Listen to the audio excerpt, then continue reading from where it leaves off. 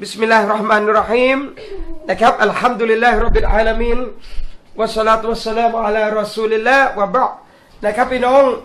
อัลฮัมดุลิลลาฮ์ค่ำคืนนี้เราอยู่กับรายการเรื่องเล่าของซอฮาบะห์นะครับซึ่งในค่ำคืนนี้เราจะอยู่กับซอฮาบะห์สองท่าน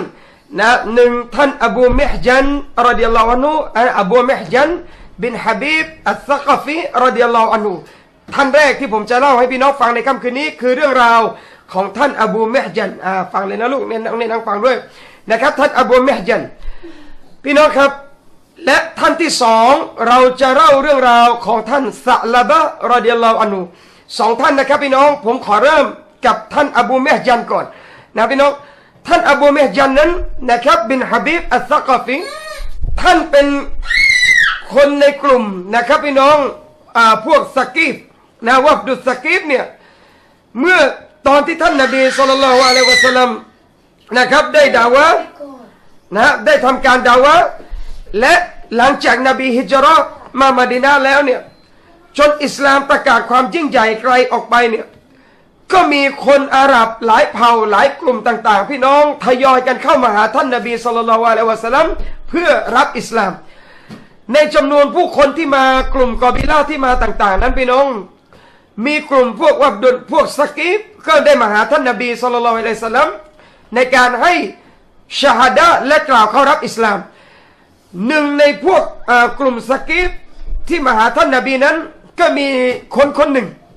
นะพี่น้องชื่อว่าท่านอบูมิฮญันบินฮะบีบรอฎิยัลลอฮุอันฮุอบูมิฮญันเป็นชายหนุ่มที่มีความกล้าหาญมากแล้วท่านเองก็เป็นนักรบนะครับพี่น้องท่านเองเป็นชาอิรเป็นนักกวีนะเพียบพร้อมทุกอย่างพี่น้องที่รักท่านได้กล่าวชาฮาดะห์ต่อหน้าท่านนบีศ็อลลัลลอฮุอะลัยฮิวะซัลลัมในการประกาศรับอิสลามเมื่ออบูมิฮญันรับอิสลามนะครับพี่น้องแต่อบูมิฮญันเนี่ยรับอิสลามหลังจากสงครามตะบุกพี่น้องฟังให้ชัดนะสงครามตะบุกเป็นสงครามสุดท้ายที่ท่านนบีศ็อลลัลลอฮุอะลัยฮิวะซัลลัมออกไปรบด้วยตัวเองนั่นคือสงครามสุดท้ายของท่านรอซูลคือสงครามตะบุกหลังจากจบสงครามตะบุกอบูมิฮญันรอฎิยัลลอฮุอันฮุก็ได้กล่าวเข้ารับอิสลามกับท่านนบีศ็อลลัลลอฮุอะลัยฮิวะซัลลัมอบูมิฮญันอย่างที่ผมกล่าวพี่น้องพร้อมทุกอย่างทั้งร่างกายทั้งสติปัญญาความแข็งแกร่งทั้งหมดอบูมิฮญันพร้อมหมดเลยแต่อบูมิฮญันมีอย่างเดียวพี่น้องที่ถูกทดสอบนะครับพี่น้องอบูมิฮญันเป็นคนที่ติดเหล้ามากๆอบูมิฮญันรอฎิยัลลอฮุอันฮุเป็นคนที่ชอบดื่มเหล้ามากๆพี่น้องอาหรับดื่มเหล้าเนี่ยไม่เหมือนกับคนไทยดื่มเหล้าหรือไม่เหมือนวัยรุ่นพวกเรากินน้ำท่อมเรากินน้ำท่อมเรากินเหล้าเรากินของมึนเมาเนี่ยระดับเราเนี่ยถ้าเทียบกับความมึนเมาหรือการกินเหล้าการเสพของมึนเมาในสมัยซอฮาบะห์ในสมัยญาฮิลิยะห์ของเรานี่เขาเรียกว่าเด็กๆเลยพี่น้องที่รักอัลลอฮฺซุบฮานะฮูวะตะอาลาสั่งห้ามในเรื่องเหล้าเนี่ยในเรื่องของมึนเมาเนี่ยกับอุมมะห์ประชาชาติท่านนบีมุฮัมมัดในยุคนั้นอัลลอฮ์ห้ามถึง3 ครั้งในการพี่น้องที่รักหนึ่งในนั้นนะครับพี่น้องเพื่อเป็นการอาหรับติดเหล้าอย่างมากติดสุราติดอย่างมากดังนั้นอัลลอฮ์ซุบฮานะฮูวะตะอาลาห้ามมาเรื่อยๆจนครบ3 ครั้งบรรดาซอฮาบะห์ทิ้งได้หมดแต่อบูมิฮญันได้ใหม่กับอิสลามเมื่อเข้ามาเนี่ยปรากฏว่าอบูมิฮญันยังคงดื่มเหล้าการติดเหล้าของอบูมิฮญันพี่น้องในประวัติศาสตร์ชีวิตของอบูมิฮญันท่านเคยกล่าวคำกลอนเอาไว้ว่าอิซาอานามุตุเมื่อใดที่ฉันตายลงนะอบูมิฮญันได้สั่งกับลูกๆว่าจงฝังตัวของฉันไว้เนี่ยอิลาจันบิกิรบะจงเอาศพของฉันนะลูกๆเอ๋ยไปฝังที่ใกล้ๆกับต้นองุ่นเพื่อที่อบูมิฮญันเนี่ยอยู่ในนั้นเนี่ยจะได้อยู่ใกล้ต้นองุ่นอย่าเอาฉันไปฝังไว้ในทุ่งโล่งเพราะฉันจะไม่ได้เสพและไม่ได้ลิ้มรสสุราที่จากองุ่นเลยนี่กำลังฉายภาพว่าอบูมิฮญันเป็นคนที่ติดเหล้ามากๆต่อเมื่อรับอิสลามพี่น้องอบูมิฮญันก็ยังไม่เลิกเหล้ายังคงดื่มเหล้ายังคงดื่มเหล้า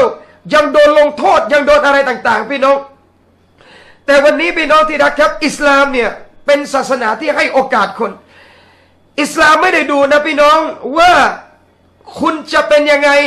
และเราจะตัดสินชีวิตคุณทั้งหมดด้วยพฤติกรรมเดียวของคุณบอกไม่ใช่อย่างนั้นอบูเมจันดื่มเหล้าอบูเมจันทำผิดกฎฮัจญ์ทำละเมิดในหลักการศาสนาของอัลลอฮฺซุบฮานะฮูวะตะอาลาอบูเมจันโดนลงโทษแต่สมัยท่านนบีเนี่ยนะครับพี่น้องซอฮาบะห์บางคนในยุคนั้นได้ทำผิดได้ละเมิดด้วยการดื่มสุราเนี่ยท่านนบีลงโทษแน่นอนการลงโทษของอิสลามคือการเฆี่ยนการตีนะครับพี่น้อง40 ครั้งเวลาตีลงไปเนี่ยพี่น้องซอฮาบะห์บางคนเนี่ยตีคนดื่มเหล้าเนี่ยแล้วก็ด่าเข้าไปด้วยพี่น้องด่าคนที่ดื่มเหล้านะพี่น้องด่าว่าแต่ท่านนบีศ็อลลัลลอฮุอะลัยฮิวะซัลลัมอยู่ตรงนั้นท่านนบีได้เตือนกับซอฮาบะห์คนอื่นว่าอย่าด่าเขาอย่าด่าเขาวัลลอฮิขอสาบานต่ออัลลอฮ์ว่าอินนะฮูยุฮิบบุลลอฮ์วะรอซูละขอสาบานต่ออัลลอฮ์ว่าแท้จริงคนเนี้ยเขาก็รักอัลลอฮ์และรอซูลของพระองค์นี่คือจิตใจของท่านนบีศ็อลลัลลอฮุอะลัยฮิวะซัลลัมรอซูลคนทำผิดนบีลงโทษคนละเมิดขอบเขตนบีลงโทษแต่ท่านนบีศ็อลลัลลอฮุอะลัยฮิวะซัลลัมท่านให้โอกาสแล้วท่านมองไปถึงแก่นแท้ของคนพี่น้องจึงไม่แปลกใจว่าคนเลวมายังไงเนี่ยเวลามารู้จักอิสลามกำลังใจจะตอบัตตัวกำลังใจที่จะกลับตัวมันมีตลอดพี่น้องที่รักอบูเมจัดโดนลงโทษครั้งแล้วครั้งเล่าครั้งแล้วครั้งเล่าท่านก็ดื่มเหล้าเหมือนเดิมตีเสร็จหลังจากโดนตีอบูเมจันก็ดื่มเหล้าอีกหลังจากโดนตีอบูเมจันก็ดื่มเหล้าอีกในยุคอบูบักร อัสซิดดีกอบูเมจันก็โดนตีนะครับพี่น้องอบูเมจันหลังจากโดนตีเสร็จอบูเมจันก็ดื่มเหล้าจนกระทั่งอบูบักร รอฎิยัลลอฮุอันฮุเสียชีวิตพี่น้องที่รักเมื่อท่านอบูบักรเสียชีวิตเนี่ยอุมัรบินค็อฏฏอบได้ขึ้นเป็นคอลิฟะห์ต่อจากท่านอบูบักร อัสซิดดีกเมื่อเวลาอุมัรเป็นคอลิฟะห์พี่น้องที่รักครับปรากฏว่าอบูมะห์ญัมก็ยังคงดื่มเหล้ายังคงเสเพลในเรื่องดื่มเหล้าอะไรต่างๆตลอดติดเหล้ามากๆวันนี้ผมเลยบอกว่าวัยรุ่นชาบาบเยาวชนที่กินของมึนเมาเสพติดของมึนเมาอะไรต่างๆอย่างเงี้ยนะครับพี่น้องอย่าสิ้นหวังอย่าหมดกำลังใจเพราะคนดีกว่าเราในอดีตเขาเคยติดเหล้ามาแล้วแต่สุดท้ายอัลลอฮฺซุบฮานะฮูวะตะอาลาแสดงให้เห็นว่าคุณจะอดีตคุณจะเป็นยังไงก็แล้วแต่ถ้าวันนี้ใจคุณพร้อมจะเปลี่ยนอัลลอฮ์จะช่วยให้ท่านเปลี่ยนแน่นอนอบูเมจันยังคงดื่มเหล้าแบ๊ะแต่ก็เด็กอบูเมจันยังคงดื่มเหล้าพี่น้องจนมายุคอุมัรบินค็อฏฏอบอบูเมจันคนอย่างอุมัรบินค็อฏฏอบพี่น้องที่รักครับคอลิฟะอามีรุลมุมินีนอย่างอุมัรบินค็อฏฏอบขนาดอบูเมจันอยู่ภายใต้การปกครองของอุมัรบินค็อฏฏอบแต่อบูเมจันยังคงไม่เลิกในการดื่มเหล้าพี่น้องได้ข้อคิดอะไรเนี่ยอบูเมจันเนี่ยถ้าคนนะครับพี่น้อง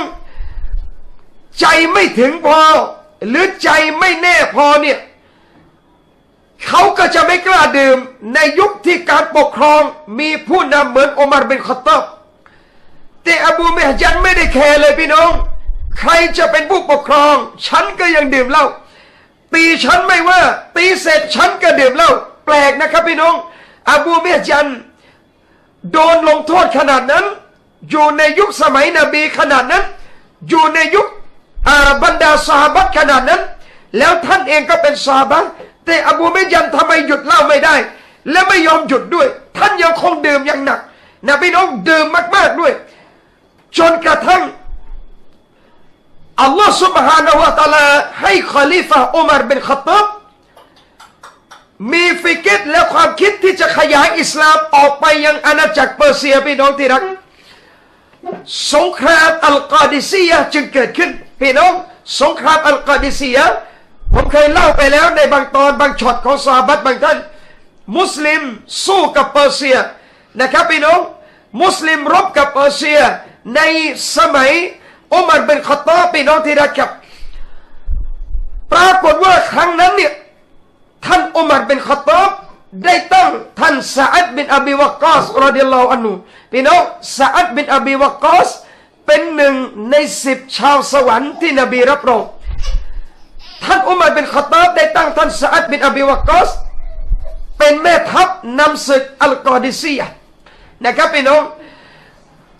บรรดามุสลิมรวมตัวกันเป็นศึกครั้งใหญ่มากจนท่านอุมัรบินคอฏฏอบมีความคิดและประกาศออกมาว่าฉันจะขอนำทัพด้วยตัวฉันเองแต่ซอฮาบะห์อาวุโสหลายท่านได้ห้ามพี่น้องว่าถ้าอุมัรเป็นอะไรไปโรมันเปอร์เซียขย่ำเราแน่นอนท่านอุมัรจึงรวบรวมกองทัพมุสลิมเท่าที่จะรวมได้จากหัวเมืองต่างๆทั้งหมดเข้ามาแล้วอุมัรประกาศพี่น้องในการยกศึกไปกอดิซียะห์ในการรบครั้งนั้นนำโดยซะอัดบินอบีวักกอสพี่น้องประวัติท่านซะอัดบินอบีวักกอสผมเล่าไปแล้วให้พี่น้องฟังนะครับพี่น้องไปเสิร์ชหาได้แต่ผมจะบอกนิดหนึ่งว่าซะอัดบินอบีวักกอสเป็นหนึ่งใน10ชาวสวรรค์เนี่ยชีวิตของซะอัดบินอบีวักกอสในชีวิตท่านไม่เคยยิงธนูเนี่ยนะพี่น้องพลาดเป้าแม้แต่ครั้งเดียวซะอัดบินอบีวักกอสยิงธนูตั้งแต่เกิดพี่น้องจนซะอัดบินอบีวักกอสเสียชีวิตไม่มีลูกธนูดอกไหนที่ออกจากมือซะอัดบินอบีวักกอสนอกจากจะเข้าเป้าหมดเลยพี่น้องที่รักซะอัดบินอบีวักกอสเป็นแม่ทัพและเป็นหนึ่งใน10ชาวสวรรค์ที่ท่านรอซูลรับรองเอาไว้ท่านเป็นคนนำทัพอัลกอดิซียะห์ในวันนั้นอบูมิฮญันรอฎิยัลลอฮุอันฮุท่านเป็นคนหนุ่มในบรรดาชะบาบคนหนุ่มทั้งหลายท่านก็เตรียมตัวด้วยพร้อมกับซอฮาบะห์คนอื่นในการออกรบกับเปอร์เซียในสงครามอัลกอดิซียะห์อบูมิฮญันจัดทัพพี่น้องที่รักจัดเสบียงตัวเองนะครับอาวุธยุทโธปกรณ์อะไรทั้งหมดเตรียมหมดเลยม้าของท่านอะไรต่างๆท่านเตรียมหมดและสิ่งที่อบูมิฮญันไม่ลืมที่จะเอาไปด้วยในสงครามอัลกอดิซียะห์นอกจากดาบแล้วนอกจากหอกแล้วนอกจากเสื้อเกราะแล้วนอกจากม้าศึกแล้วนอกจากธนูแล้วอบูมิฮญันไม่ลืมที่จะพกเหล้าไปด้วยนะซุบฮานัลลอฮ์อบูมิฮญันพกสุราไปด้วยพี่น้องในพาหนะที่อบูมิฮญันจะออกไปญิฮาดนะครับพี่น้องดูคนไม่เคยติดของมึนเมาไม่เข้าใจหรอกครับพี่น้องว่าเวลาไม่ได้เสพและไม่ได้ดื่มมันทรมานแล้วมันรู้สึกยังไงวันนี้เด็กเรียนไม่สามารถจะเข้าใจได้อารมณ์คนติดยาเขาทรมานขนาดไหนเวลาไม่ได้เสพยาวันนี้โต๊ะครูที่ไม่เคยติดยาเสพติดไม่มีทางเข้าใจว่าคนเคยผ่านคนที่ติดยาเนี่ยเวลามันจะยุติหรือมันไม่ได้เสพมันทรมานขนาดไหนไม่มีใครรู้พี่น้องนอกจากคนที่เขาเคยติดเองวันนี้ไม่มีใครรู้อบูมิฮญันไม่มีใครรู้อบูมิฮญันรู้สึกยังไงแต่อบูมิฮญันท่านได้พกเหล้าของท่านนะครับพี่น้องออกไปด้วยในศึกการญิฮาดซึ่งเป็นเรื่องใหญ่กองทัพอิสลามตั้งแต่อดีตจนปัจจุบันพี่น้องที่รักรบกับศัตรูเมื่อใดกองทัพมุสลิมไม่เคยหวังว่าจะชนะด้วยกับจำนวนคนไม่เคยหวังว่าจะชนะด้วยกับอาวุธที่เยอะแต่กองทัพมุสลิมตั้งแต่อดีตจนถึงปัจจุบันชัยชนะเดียวที่มุสลิมหวังนั่นคือการช่วยเหลือจากอัลลอฮ์และอัลลอฮ์จะไม่ช่วยเหลือตราบใดที่ในฮะละกะห์ในญะมาอะห์ในวงนั้นมีของเลวร้ายอัลลอฮ์จะไม่ช่วยเหลือโดยเด็ดขาดดังนั้นอบูมิฮญันรอฎิยัลลอฮุอันฮุท่านได้พกเหล้าไปด้วยในสัมภาระของท่านเมื่ออบูมิฮญันพกเหล้าออกไปพี่น้องที่รักไม่มีใครรู้นะครับไม่มีใครรู้ว่าอบูมิฮญันพกเหล้าออกไปด้วยท่านก็ออกทัพไปกับบรรดาศึกในการญิฮาดเมื่ออบูมิฮญันออกไปแล้วระหว่างทางพี่น้องที่รักคนเคยกินเมื่อถึงเวลามันต้องกินอบูมิฮญันได้นำเหล้าของท่านออกมานะครับพี่น้องท่านหวังว่าไม่มีใครเห็นแล้วอบูมิฮญันก็กระดกเลยดื่มเหล้าพี่น้องในขณะที่อบูมิฮญันออกมาเพื่อจะทำการญิฮาดเนียดดีต้องการจะไปทำอามัลที่ยิ่งใหญ่แต่ความชั่วร้ายในความเลวร้ายของตัวเองยังมีอยู่นั่นคือการดื่มเหล้ารอฎิยัลลอฮุอันฮุพี่น้องอบูมิฮญันดื่มปรากฏว่าการดื่มของอบูมิฮญันรอฎิยัลลอฮุอันฮุ แม่ทัพคือท่านซะอัดบินอบีวะกอสได้เห็นพี่น้องที่รักซะอัดบินอบีวะกอส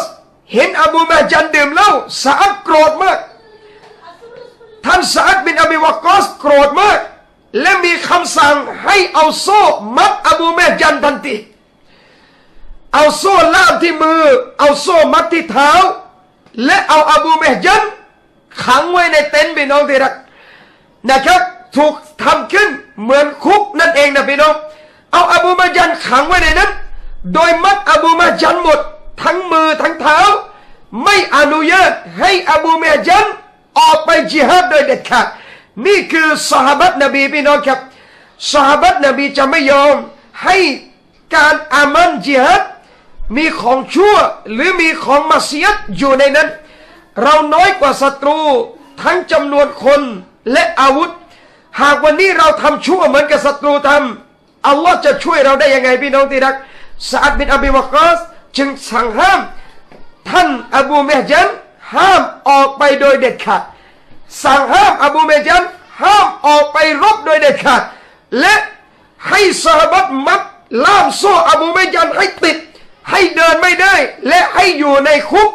ขังอบูเมจันเอาไว้และก็มีคนเฝ้าเอาไว้1 คนพี่น้องที่รักพี่น้องครับ หัวใจของอบูเมจันเขาต้องการเดินทางออกมาเพื่อจะจิฮาดถึงเขาทำชั่วในเรื่องการดื่มเหล้าแต่หัวใจที่ต้องการจะสละเพื่ออัลลอฮ์มันเต็มเปี่ยมในหัวใจอบูเมจันถึงอบูเมจันต้องการเขาเนี่ยอยากจะถวายชีวิตของท่านให้อัลลอฮ์ถึงแม้ความชั่วจะมีอยู่แต่อบูเมจันเจ็บปวดที่สุดพี่น้องก็คือโดนจับพี่มัดปิดประตูโดนจับขังตัวพี่น้องที่รักครับแล้วถูกขังเอาไว้และแล้วถึงเวลาสงครามเริ่มกองทัพมุสลิมมีจำนวนไม่กี่หมื่นคนพี่น้องที่รักในขณะที่เปอร์เซียและผู้คนเหล่านั้นมีเป็นแสนคนสงครามเริ่มปรากฏว่ากองทัพมุสลิมตอนนั้นเพียงพร้ำพี่น้องที่รักครับอบูเมจันอยู่ในเต็นท์อบูเมจันเห็นนะครับพี่น้องมองลอดออกมาเนี่ยเห็นลูกธนูที่ผ่านนะครับพี่น้องเห็นธนูที่ผ่านเห็นม้าที่วิ่งเห็นดาบที่ฟันกันเห็นมุสลิมล้มเสียชีวิตเห็นบรรดามุชริกีนบรรดาศัตรูอิสลามทำร้ายและเข็นฆ่ามุสลิมอบูเมจันเจ็บปวดที่สุดในเต็นท์ตอนนั้นที่ตัวเองไม่สามารถจะช่วยอะไรพี่น้องเขาได้เลยและเจ็บปวดที่สุดที่ตัวเองเป็นนักรบแต่กลับถูกล่ามโซ่เหมือนกับอูฐหรือลาแก่ๆตัวหนึ่งอยู่ในเต็นท์ตรงนี้เองอบูเมจันเจ็บปวดมากพี่น้องครับอบูเมจันไม่รู้จะทำยังไงเฝ้าแต่มองดูความเจ็บปวดที่สุดเวลาลูกธนูแต่ละลูกผ่านหัวอบูเมจันไปเขาอยากจะออกไปอยู่ข้างหน้าเขาอยากจะออกไปอยู่กับพี่น้องเขาไม่ต้องการเห็นบรรดากุฟาร์บรรดาเปอร์เซียบรรดาศัตรูอิสลามทำร้ายมุสลิมและเข็นฆ่ามุสลิมอย่างนั้นซึ่งอบูมาจันเป็นนักรบเขาอยู่ไม่ได้ที่เขาจะเห็นภาพพี่น้องเขาทรมานและถูกซอเลมอย่างนั้นอบูมาจันเหมือนตายเลยพี่น้องอยู่ในคุกตรงนั้นผมเลยบอกพี่น้องว่าวัยรุ่นทุกคนชาบับเยาวชนผมเชื่อเหมือนกันครับพี่น้องว่าต่อให้เลวยังไงต่อให้ชั่วยังไงใจรักอิสลามเรายังมีอยู่พี่น้องครับอบูมาจันพี่น้องอยู่ไปกับผมและพี่น้องนึกภาพเขากำลังมองดูมุสลิมกำลังถูกสังหารและลูกธนูเล่นหัวผ่านไปผ่านมาโดยที่เขาทำอะไรไม่ได้เลยสุดท้ายอบูมาจันทนไม่ได้จริงๆพี่น้องครับเพราะชีวิตอบูมาจันเดินมาถึงวันนี้และต้องการจะเดินออกไปข้างหน้านั่นคือการชะฮีดและตายในทางของอัลเลาะห์และเขาไม่ต้องการที่จะให้มุสลิมถูกข่มเหงแล้วเสียเกียรติโดนเข็นฆ่าแบบนั้นอบูมาจันสุดท้ายพี่น้องที่รักได้ประกาศเรียกคนที่เฝ้าคุกอยู่ว่าท่านเอ๋ยท่านเรียกคนที่เฝ้าตัวเองอยู่นะครับพี่น้องท่านซึ่งคนที่เฝ้าคุกน่ะคือใครรู้ไหมครับพี่น้องคือภรรยาของท่านซะอัดบินอบีวะกอสรอฎิยัลลอฮุอันฮุเป็นผู้หญิงอบูมาจันเรียกภรรยา ของซาอ์บินอบีวะกอสบอกท่านได้โปรดเถอะปล่อยฉันออกไปได้โปรดแก้มัดตัวฉันได้โปรดปลดโซ่ออกจากมือจากเท้าฉันพี่น้องคนเฝ้าคุกซึ่งเป็นสตรีเนี่ยเห็นอบูมาจันขออย่างนั้นนางก็ไม่กล้าจะปล่อยอบูมาจันได้ยังไงอบูมาจันบอกว่าขอฉันออกไปเถอะนะถ้าหากว่าฉันตายนั่นก็คือสิ่งที่ฉันต้องการอยู่แล้วแต่ถ้าฉันรอดชีวิตกลับมาได้ฉันจะเดินกลับเข้ามาในคุกอันนี้เองได้โปรดปล่อยแก้มัดฉันให้ฉันออกไปช่วยพี่น้องอบูเมยันสัญญาขนาดนั้นคนเฝ้าคุกเห็นความตั้งใจของอบูเมยันขนาดนั้นทันทีเลยพี่น้องครับนางลงไปปลดโซ่ออกปลดมืออบูเมยันปลดมือปลดเท้าขอโทษนะครับพี่น้องอบูเมยันเวลาโดนปลดโซ่ออกเหมือนสิงโตเวลามันลุกขึ้นจะตะปบเหยื่อเลยพี่น้องที่รักพี่น้องนึกถึงสิงโตโดนมัดโซ่ไว้ไหมครับมันขยับไม่ได้แต่มันเห็นเหยื่อที่อยู่ตรงหน้าเวลาที่โซ่มันหลุดออกสิงโตตัวนี้พังอาจขึ้นอบูเมยันเหมือนกับราชสีห์ตัวนั้นพี่น้องที่รักปลดอบูเมยันออกปลดโซ่ออกอบูเมยันบอกว่าเอาม้าของซาอ์บินอบีวะกอสมาให้ฉันเอาเสื้อเกราะมาใส่อบูเมยันใส่เสื้อเกราะพี่น้องแล้วปิดหน้าตัวเองเหลือแค่ตาสองข้างสวมเสื้อเกราะใส่ถือหอกหนึ่งเล่มทั้งดาบทั้งหอกอบูเมยันกระโดดขึ้นมาของซาอ์บินอบีวะกอสพี่น้องครับบันทึกประวัติศาสตร์ตรงนั้นบันทึกเอาไว้ว่าจังหวะที่อบูเมยันวิ่งแล้วกระโดดขึ้นหลังม้านั้นมันเหมือนกับสิงโตที่กระโดดตะคุบเหยื่ออบูเมยันขึ้นหลังม้าเท่านั้นแหละพี่น้องท่านควบม้าไปซับไปแถวหน้าสุดของการจิฮัดอบูเมยันขี่ม้าไปแถวหน้าสุดนะพี่น้องแล้วเขาเรียกว่าบุกทลายดงหรือฝ่าวงล้อมของบรรดาศัตรูอิสลามเปอร์เซียจนสยบหมดเลยพี่น้องซาอ์บินอบีวะกอสตอนนั้นกำลังรบอยู่ยังเหนื่อยมากบรรดามุสลิมกำลังเหน็ดเหนื่อยแล้วเขาเรียกอดหมดพลังนะครับพี่น้องทันใดนั้นพี่น้องม้าของที่อบูเมยันขี่มาเนี่ยนะพี่น้องมันตะลุยเข้ามาในดงศัตรูและอบูเมยันใช้หอกเนี่ยสู้และตีศัตรูข้างหน้าจนแถวหน้าของศัตรูนะพี่น้องราบหมดเลยพี่น้องที่รักเพราะอบูเมยันท่านคือนักรบถึงแม้จะติดเหล้าแต่ท่านคือนักรบถึงแม้จะมีถูกทดสอบด้วยการดื่มสุราแต่ท่านคือนักรบหัวใจท่านจะมึนเมาแต่หัวใจแห่งการจิฮัดยังมีอยู่เสมอมาอบูเมยันกำราบแถวหน้าจนสยบหมดเมื่อสยบหมดพี่น้องที่รักอบูเมยันตีฝ่าวงล้อมได้จนทัพอิสลามสามารถต่อกรแล้วตีทัพศัตรูกลับได้อบูเมยันขี่ม้าพี่น้องหลังจากสู้เสร็จท่านกลับมาที่เดิมนะครับพี่น้องลงจากหลังม้าและเข้าไปในคุกต่อให้มัดโซ่เหมือนเดิมแล้วก็นั่งอยู่ในคุกเหมือนเดิมท่านสบายใจแล้วพี่น้องที่ได้ช่วยบรรดามุสลิมที่ได้ช่วยบรรดามุสลิมผู้ศรัทธารอดพ้นจากการถูกเข็นฆ่าและจากการพ่ายแพ้จากพวกเปอร์เซียเมื่ออบูมาจันมาอยู่ที่เดิมพี่น้องที่รักถูกมัดเหมือนเดิมอยู่ในคุกเหมือนเดิมซาอ์บินอบีวะกอสเสร็จจากทัพเดินกลับมาที่เต็นท์พี่น้องที่รักเจอภรรยาท่านปรากฏว่าซาอ์บินอบีวะกอสไปดูที่ม้าของท่านจับดูเนี่ยนะพี่น้องซาอ์บินอบีวะกอสแปลกใจมากบอกว่าทำไมม้าถึงมีเหงื่อทั้งที่ม้าตัวนี้ของฉันไม่ได้ขี่มันฉันจอดมันไว้ตรงนี้แต่ทำไมมันมีเหงื่อแล้วทำไมดูมันเหนื่อยและซาอ์บินอบีวะกอสได้เล่าให้ภรรยาฟังว่าในขณะที่กองทัพมุสลิมกำลังต่อสู้นั้นปรากฏว่ามีอัศวินคนหนึ่งบุกทะลวงเข้าไปในดงศัตรูซึ่งถ้าฉันไม่รู้ว่าอบูมายันถูกมัดเนี่ยนะฉันจะบอกได้เลยว่าคนนั้นคืออบูมายันแน่นอนมาชาอัลลอฮ์ภรรยาซาอ์ดบอกว่าท่านเอ๋ย คนนั้นนั่นแหละคืออบูเมห์ญันรอฎิยัลลอฮุอันฮุพี่น้องครับซาดบินอบีวักกอสทันทีที่ได้ยินว่าคนที่ออกไปรบเมื่อกี้คนที่ออกไปช่วยกองทัพอิสลามให้รอดพ้นจากมือศัตรูเมื่อกี้คืออบูเมห์ญันชายหนุ่มขี้เมาคนนี้ซาดบินอบีวักกอสไปหาอบูเมห์ญันปลดโซ่ออกและประกาศว่าฉันจะไม่ลงโทษเจ้าอีกต่อไปอบูเมห์ญันฉันจะไม่ลงโทษฉันจะไม่ตีเจ้าแล้วฉันจะไม่ตีคนที่อัลลอฮฺตะอาลาให้บรรดามุสลิมปลอดภัยด้วยกับน้ำมือของเขาพี่น้อง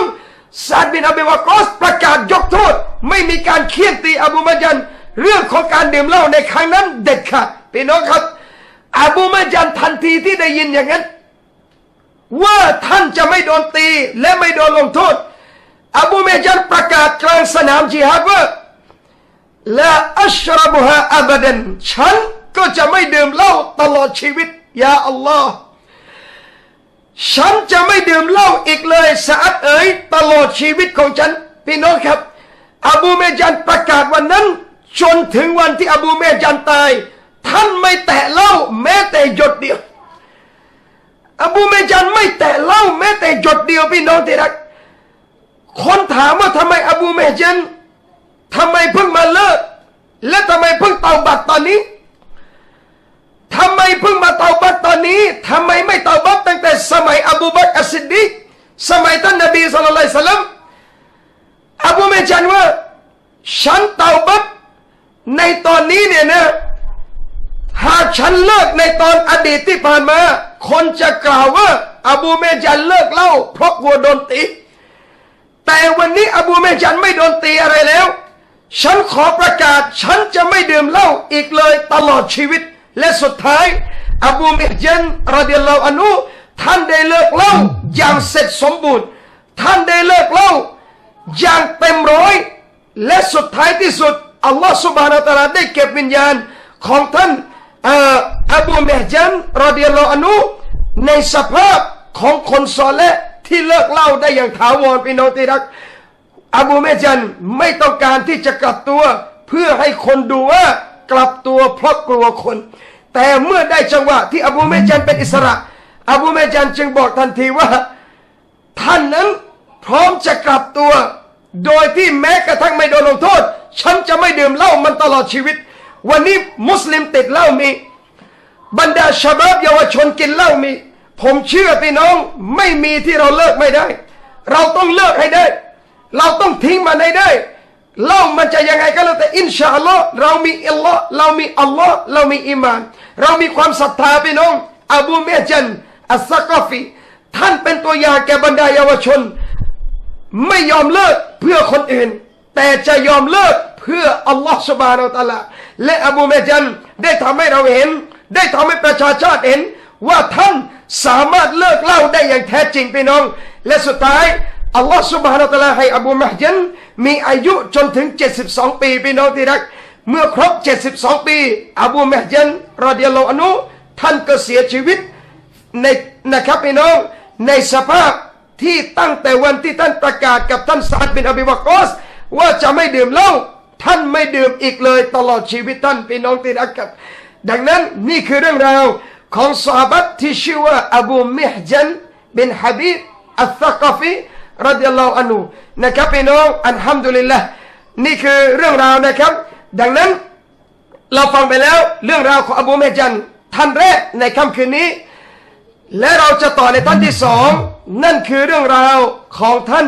ซะละบะห์รอฎิยัลลอฮุอันฮุนะครับขออนุญาตดื่มน้ำแป๊บหนึ่งนะครับพี่น้องขออนุญาตก่อนที่เราจะต่อในเรื่องที่สองท่านซะละบะห์รอฎิยัลลอฮุอันฮุนะครับอัลฮัมดุลิลละห์เอาเลยนะครับพี่น้องที่รักเราฟังจบไปแล้วเรื่องราวของท่านอบูเมห์ญันรอฎิยัลลอฮุอันฮุท่านผู้เสียสละและท่านผู้สัตย์จริงท่านผู้ประกาศว่าพร้อมจะเลิกเหล้าเลิกสิ่งมึนเมาเลิกดื่มเหล้าเพื่ออัลลอฮฺซุบฮานะฮูวะตะอาลาวันนี้ในช่วงสุดท้ายเรามาอยู่กับซอฮาบะห์อีกหนึ่งท่านนั่นคือท่านซะละบะห์รอฎิยัลลอฮุอันฮุนะครับท่านซะละบะห์รอฎิยัลลอฮุอันฮุพี่น้อง เรามาอยู่กับเรื่องราวของซอฮาบะห์อีกหนึ่งท่านท่านซะอ์ลาบะห์บินอับดุลเราะห์มานรอฎิยัลลอฮุอันฮุซะอ์ลาบะห์ท่านเป็นเด็กหนุ่มนะพี่น้องท่านเป็นเด็กหนุ่มเท่านั้นเองซะอ์ลาบะห์จะคอยอยู่รับใช้กับท่านนบีศ็อลลัลลอฮุอะลัยฮิวะซัลลัมซะอ์ลาบะห์จะคอยอยู่ติดกับท่านนบีศ็อลลัลลอฮุอะลัยฮิวะซัลลัมเพื่อรอว่านบีจะใช้อะไรซะอ์ลาบะห์บ้างจะทำอะไรกับซะอ์ลาบะห์บ้างท่านรอซูลเวลาท่านมีธุระนะครับพี่น้องที่ต้องการความรวดเร็วนะท่านก็จะใช้ซะอ์ลาบะห์รอฎิยัลลอฮุอันฮุไปทำธุระให้ท่านตลอดซะอ์ลาบะห์นะครับชอบที่จะนั่งกับท่านนบีบ่อยมากๆพี่น้องนึกดูนะพี่น้องเด็กหนุ่มเองนะเด็กวัยรุ่นมานั่งกับท่านนบีตลอดนั่งเพื่ออะไรพี่น้องฟังหะดีษจากท่านสองรอว่าเมื่อไหร่นบีจะใช้ท่านให้ไปทำธุระซะอ์ลาบะห์ดีใจมากซะอ์ลาบะห์นะครับพี่น้องนี่คือท่านซะอ์ลาบะห์บินอับดุลเราะห์มานรอฎิยัลลอฮุอันฮุมีอยู่วันหนึ่งท่านนบีศ็อลลัลลอฮุอะลัยฮิวะซัลลัมได้เรียกซะอ์ลาบะห์มาแล้วใช้ให้ไปทำธุระให้ท่านอย่างหนึ่งท่านซะอ์ลาบะห์นะครับพี่น้องเมื่อได้รับคำสั่งจากท่านรอซูลท่านก็ออกไปทำธุระให้ระหว่างที่ซะอ์ลาบะห์กำลังเดินไปอยู่พี่น้องครับ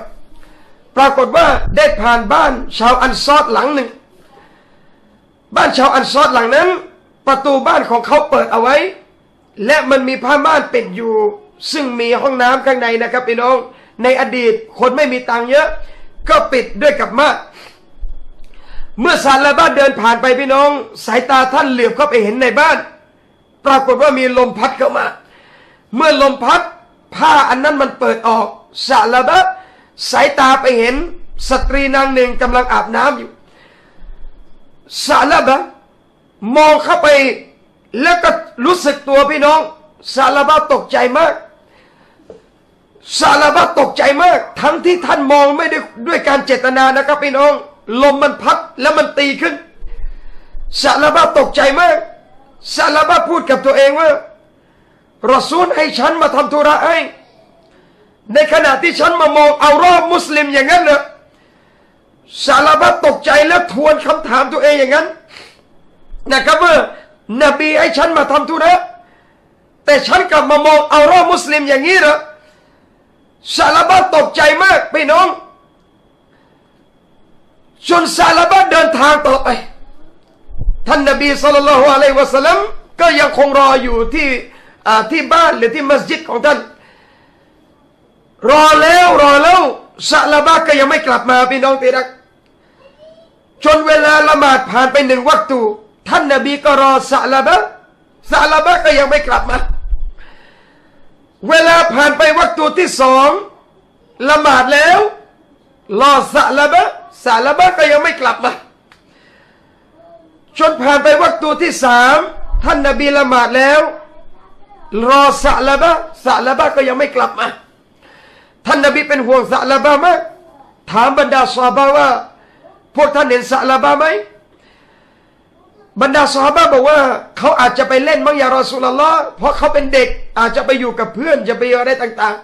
ๆท่านนบีรอแล้วรอเล่าไม่เจอซะอ์ลาบะห์จนที่สุดสั่งให้ซอฮาบะห์ออกไปหาซะอ์ลาบะห์ในมะดีนะห์พี่น้องที่รัก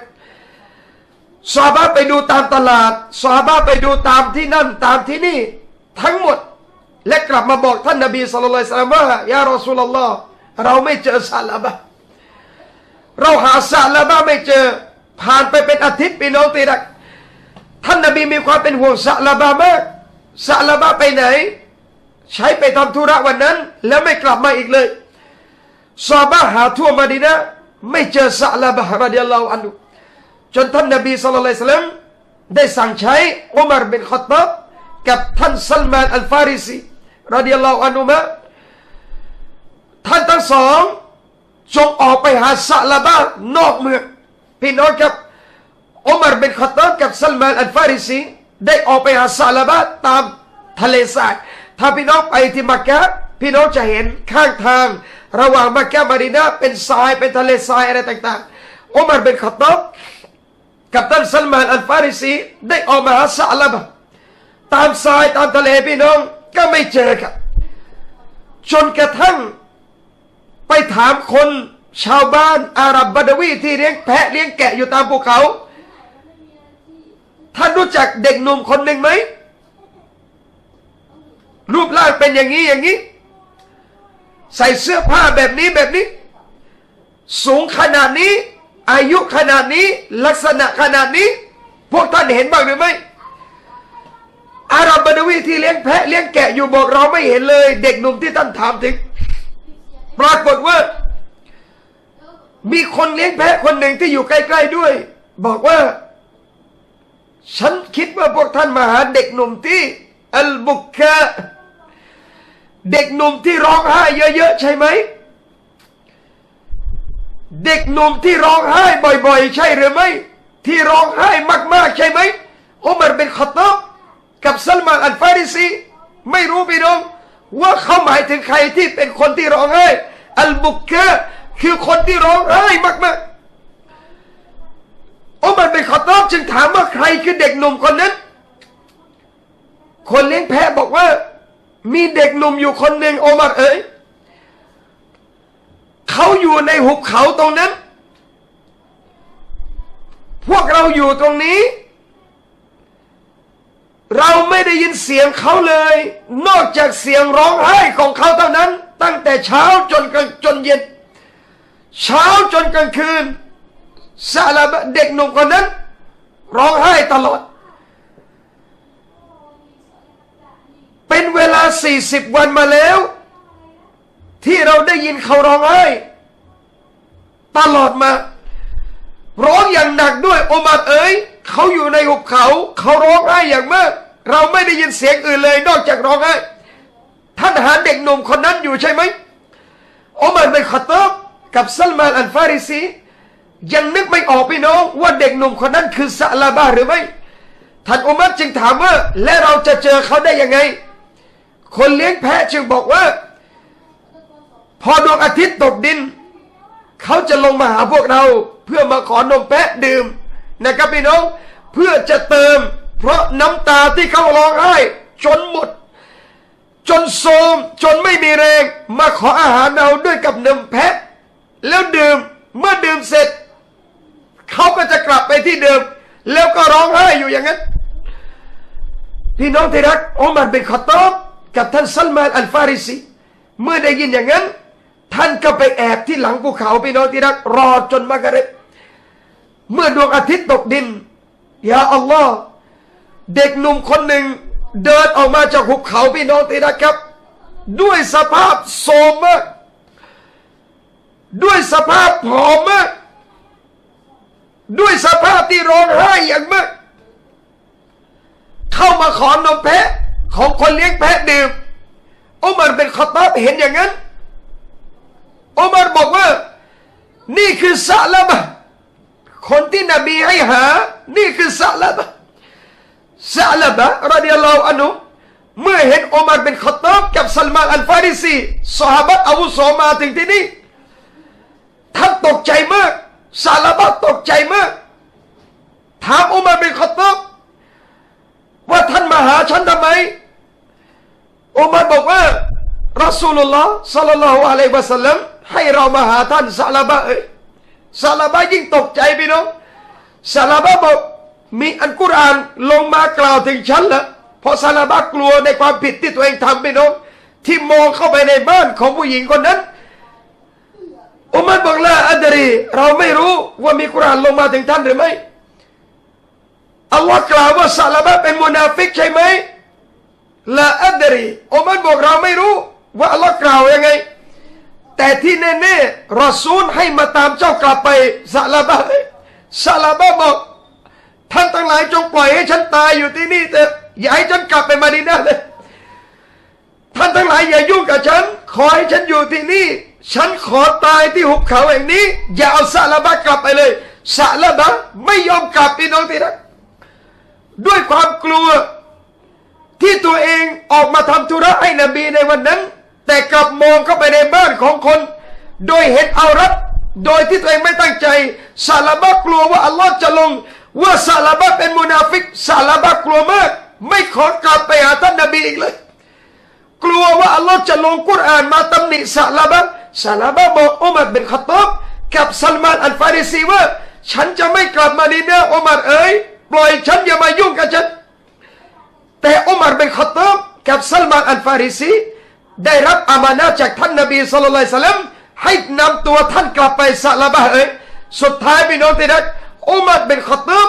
ซัลมานอัลฟาริซีจับตัวซะลาบะห์แล้วอุ้มกลับเลยพี่น้องที่รักขณะที่ยกตัวซะลาบะห์กลับซะลาบะห์ร้องไห้ตลอดทางซะลาบะห์ร้องไห้ตลอดทางพี่น้องที่รักจนอุมัรบินค็อฏฏอบพาตัวซะลาบะห์มานอนที่บ้านจนถึงบ้านของซะลาบะห์เมื่อตั้งซะลาบะห์ที่บ้านซุบฮานัลลอฮ์พี่น้องครับซะลาบะห์ตัวผอมแทบไม่เหลืออะไรเลยในร่างกายซะลาบะห์ไม่ได้กินอาหารนอกจากนมแพะเท่านั้นซะลาบะห์วันทั้งวันตั้งแต่เช้าจนดึกซะลาบะห์ร้องไห้ขอโทษต่ออัลลอฮ์ร้องไห้กลัวอัลลอฮ์ร้องไห้พี่น้องคิดว่าซอฮาบะห์คิดถึงนบีไหมครับไม่ได้เจอนบี40 วันเนี่ยพี่น้องแต่ซอฮาบะห์ไม่กล้าจะกลับไปเจอหน้าท่านนบีศ็อลลัลลอฮุอะลัยฮิวะซัลลัมซะลาบะห์อยู่ที่บ้านแล้วร้องไห้นอนหมดแรงร้องไห้อยู่ที่บ้านของเขาอุมัรบินค็อฏฏอบไปหาท่านนบีศ็อลลัลลอฮุอะลัยฮิวะซัลลัมบอกยารอซูลุลลอฮ์โอ้รอซูลของอัลลอฮ์เอ๋ยเราเจอซะลาบะห์แล้วเราเจอซะลาบะห์แล้วเขาอยู่ที่หุบเขาหนึ่งระหว่างมะดีนะห์กับมักกะฮ์อินชิตะถ้าหากท่านต้องการยารอซูลุลลอฮ์ท่านไปหาเขาได้ซะลาบะห์ไม่มีแรงแล้วพี่น้องที่จะมาหาท่านนบีศ็อลลัลลอฮุอะลัยฮิวะซัลลัมด้วยกับสภาพร่างกายที่ทรุดโทรมเนื่องจากการร้องไห้เป็นเวลา40 วันพี่น้องที่รักท่านนบีศ็อลลัลลอฮุอะลัยฮิวะซัลลัมได้ยินอย่างนั้นท่านจึงเดินทางพี่น้องนี่คือความถ่อมตัวของนบีท่านนบีเดินมานะครับมาหาซะลาบะห์ด้วยตัวท่านเองยาอัลลอฮ์เมื่อนบีถึงบ้านซะลาบะห์อัสสลามุอะลัยกุมให้สลาม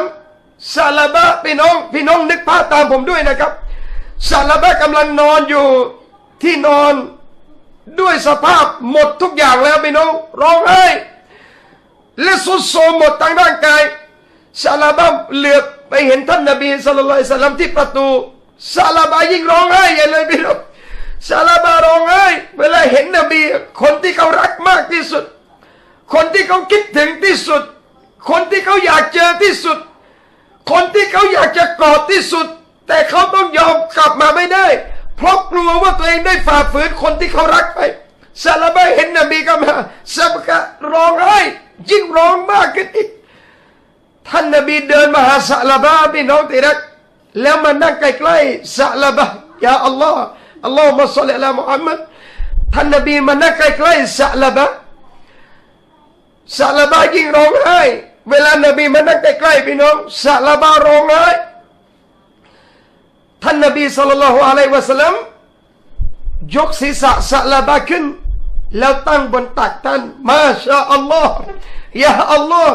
พี่น้องนบียกศีรษะเด็กน้อยขึ้นซะลาบะห์แล้วตั้งที่ตักท่านนบีศ็อลลัลลอฮุอะลัยฮิวะซัลลัมซะลาบะห์ร้องไห้บอกยารอซูลุลลอฮ์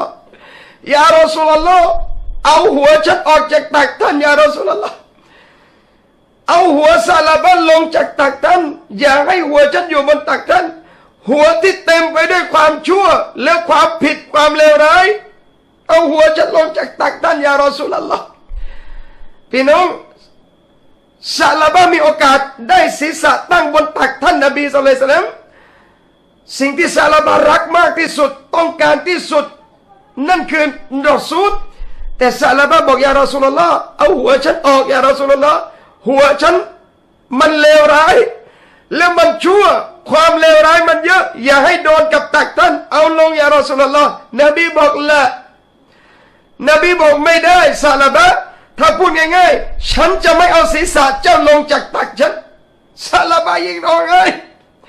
ซะลาบะห์ยิ่งร้องไห้บอกเอาลงยารอซูลุลลอฮ์หัวฉันมันเต็มไปด้วยบาปเต็มไปด้วยสิ่งสกปรกเต็มไปด้วยความชั่วจงเอาหัวฉันลงยารอซูลุลลอฮ์นบีบอกละไม่ได้ซะลาบะห์ฉันจะไม่เอาหัวท่านลงจากตักฉัน ถ้าพูดให้เข้าใจง่ายๆนบียังคงตั้งศีรษะเด็กคนนี้บนตักท่านเองพี่น้องที่รักนบีถามซ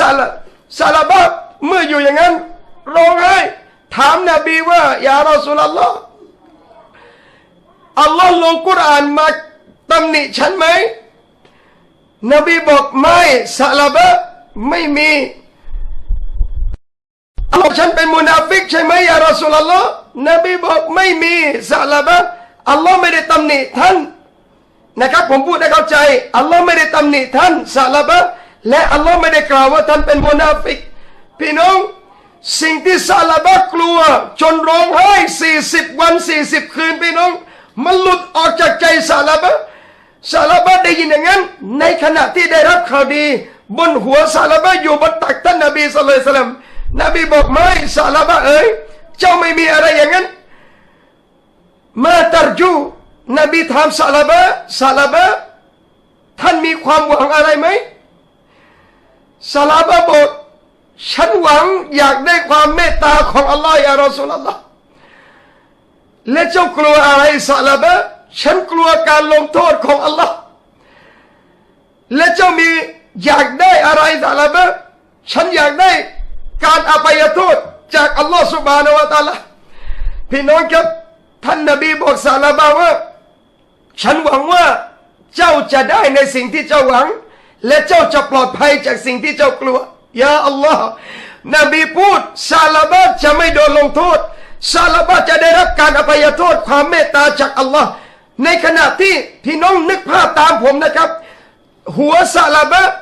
นอนซาลาบะขยับไม่ได้แล้วเพราะสุดโทรมในร่างกายที่ร้องไห้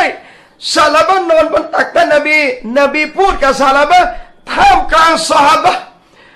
นบีบอกปลอบใจซาลาบะต่างๆจนสุดท้ายซาลาบะบอกยารอซูลอัลลอฮ์ยารอซูลอัลลอฮ์โอ้รอซูลของอัลลอฮ์เอ๋ยอัชอุรุบิดดบีบยารอซูลอัลลอฮ์ฉันรู้สึกเหมือนมีอะไรไต่ที่ตัวฉันยารอซูลอัลลอฮ์กะดบีบินนัมมันเหมือนมดกำลังไต่ตัวฉันอยู่ระหว่างเนื้อกับกระดูกฉันยารอซูลอัลลอฮ์พี่น้องซาลาบะกำลังนอนอยู่และบอกนบีว่ายารอซูลอัลลอฮ์ฉันรู้สึกเหมือนมีมดไต่อยู่ในตัวฉันไต่มาเรื่อยๆตั้งแต่มือตั้งแต่อะไรเต็มไปหมดเลยยารอซูลอัลลอฮ์นบีถามว่าท่านรู้สึกอย่างนั้นเหรอซาลาบะบอกฉันรู้สึกอย่างนั้นจริงๆยารอซูลอัลลอฮ์ตอนนี้ฉันรู้สึกเหมือนมดมันไต่ในตัวฉันระหว่างเนื้อกับกระดูกมันไต่ในตัวฉันข้างในเต็มไปหมดเลยนบีกล่าวว่าซาคัลเมาตุกัดนะซะละนั่นคือความตายกำลังจะมาหาท่านแล้วซาลาบะยาอัลลอฮ์นี่คือความตายซาลาบะท่านกำลังจะประสบกับมันซาลาบะมันกำลังมาหาเจ้าพี่น้องซาลาบะรู้สึกในขณะที่หัวซาลาบะอยู่บนตักท่านนบีศ็อลลัลลอฮุอะลัยฮิวะซัลลัมและรู้สึกมันมีมดไต่ตามตัวพี่น้องนบีบอกนั่นคือความตายซาลาบะมันกำลังจะประสบกับเจ้าอัชฮะดุอัลลอฮ์อิลาฮะอิลลัลลอฮ์วะอัชฮะดุอันนะกะรอซูลุลลอฮ์ซาลาบะได้กล่าวชาฮาดะห์ต่อหน้าท่านนบีศ็อลลัลลอฮุอะลัยฮิวะซัลลัมและสุดท้ายวิญญาณซาลาบะก็หลุดพี่น้องที่รักหลังจากซาลาบะกล่าวปฏิญาณวิญญาณซาลาบะหลุดออกบนตักท่านนบีศ็อลลัลลอฮุอะลัยฮิวะซัลลัมท่านนบีอาบน้ำให้ซาลาบะเด็กหนุ่มคนนี้ท่านนบีกัฟฟันให้ซาลาบะท่านนบีแบกศพซาลาบะให้ซอฮาบะห์แบกและท่านนบีอยู่ข้างหลังพี่น้องสิ่งที่เกิดขึ้นแล้วยิ่งใหญ่ในวันนั้นเวลานบีเดินไปส่งมัยยัตของซาลาบะนะครับในบันทึกประวัติศาสตร์ซอฮาบะห์กล่าวว่าท่านนบีเดินอยู่ข้างหลังมัยยัตพี่น้องนะบรรดาซอฮาบะห์แบกมัยยัตซาลาบะท่านนบีก็แบกแต่ท่านนบีอยู่ข้างหลังปรากฏว่าเวลานบีเดินนะครับพี่น้องท่านนบีก้าวเท้าทีแบบนี้ไม่ใช่ก้าวปกติแบบนี้นะครับพี่น้องท่านนบีก้าวเท้าค่อยๆขยับค่อยๆขยับเหมือนกับโดนเบียดแน่นๆนะพี่น้องนบีค่อยๆขยับค่อยๆขยับค่อยๆขยับเดินแบบนี้ จนซอฮาบะห์เห็นอย่างนั้นถามว่ายารอซูลุลลอฮ์ทำไมท่านถึงเดินแบบนั้นทั้งที่พื้นที่กว้างคนก็ไม่ได้แน่นทำไมยารอซูลุลลอฮ์ทำไมท่านต้องเดินค่อยๆขยับค่อยๆขยับพี่น้อง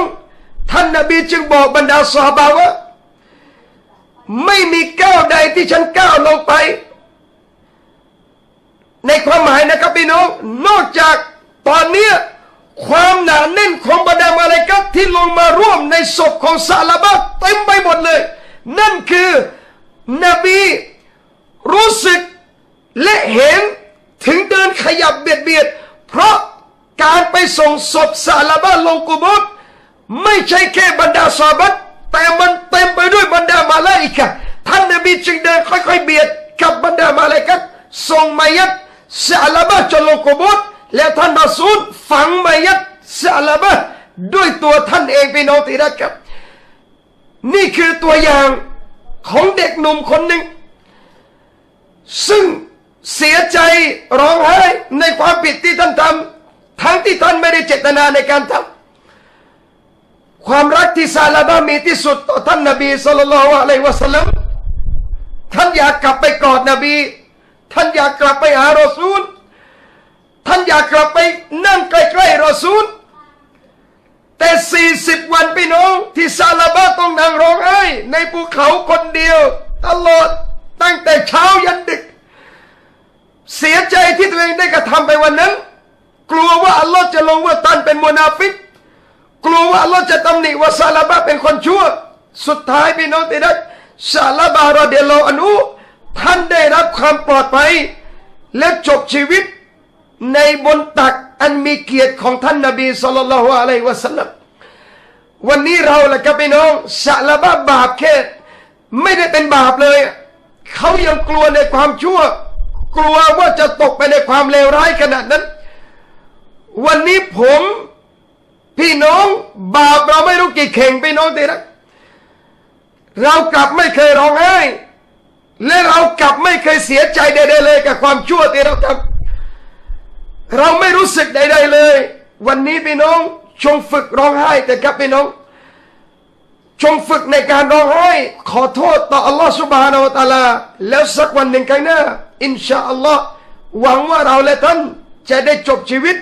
แบบท่านซะลาบะห์รอฎิยัลลอฮุอันฮุแต่เราคงไม่มีโอกาสเหมือนท่านซะลาบะห์อีกแล้วพี่น้องที่จะเสียชีวิตบนตักท่านนบี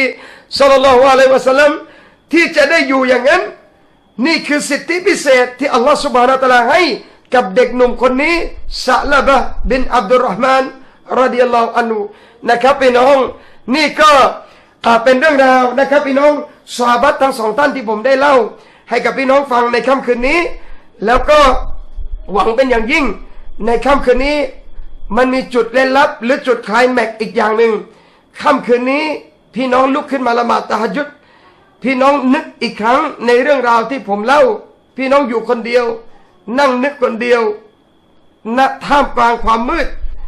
ผมเชื่อว่าน้ำตาพี่น้องจะไหลอินชาอัลลอฮ์นะครับพี่น้องนี่คือเป้าหมายในการเล่าเรื่องซอฮาบะห์เราฟังเราจะได้รู้ว่าตัวเองเราเลวแค่ไหนจะได้มีโอกาสกลับตัวกลับใจนะครับพี่น้องอินชาอัลลอฮ์